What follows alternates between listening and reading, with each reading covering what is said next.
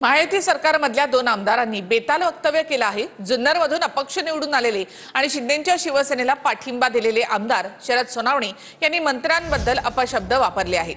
तर भाजप आमदार मंगेश चव्हाण यांनी एकनाथ खडसेंना थेट शिवीगाळ केली आहे।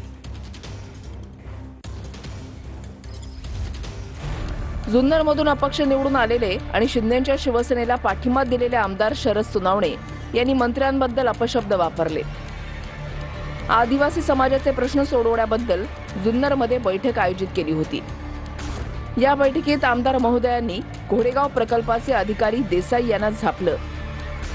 यावरच न थांबता सोनावणेंनी थेट मंत्र्यांबद्दलही अपशब्द वापरले।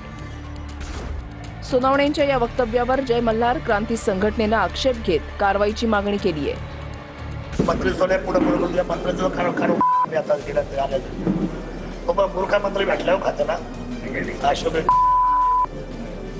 जोर झाला तर तो आता मुख्यमंत्री सर्व उभं करणार आहे। यांचे पण झाडगडीत करणार आम्ही त्यामुळे बाबाला बांधील का रुपये कोणाचा खातो तुम्ही महाराष्ट्राच्या आवाज जाणार सगळं सोडून देते का त्याला माहिती आहे किती अधिकारी विकेल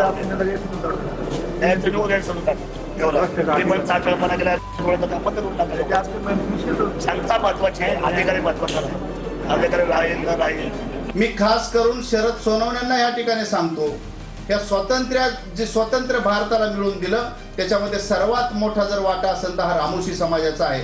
आणि त्या रामोशी समाजाला चोर म्हणता आमदार साहेब, याच्यामध्ये आपल्याला जनाची नाही मनाची लाज वाटली पाहिजे। ह्याच रामोशांच्या मतदानावरती तुम्ही जुन्नरमध्ये आमदार झालेला आहे असं या ठिकाणी मी आपल्याला सांगतो। येणारा काळ इलेक्शनचा आहे, येणारा काळ आपल्याकरता एकदम वाईट काळ उभा राहणार आहे असं या ठिकाणी मी आवाहन करतो। आणि शरद सोनवणे बांडगुळ आमदाराचा मी जाहीर असा निश्चित करतो। तुमचा रोष संबंधित अधिकाऱ्यांवर का मंत्र्यावर आहे?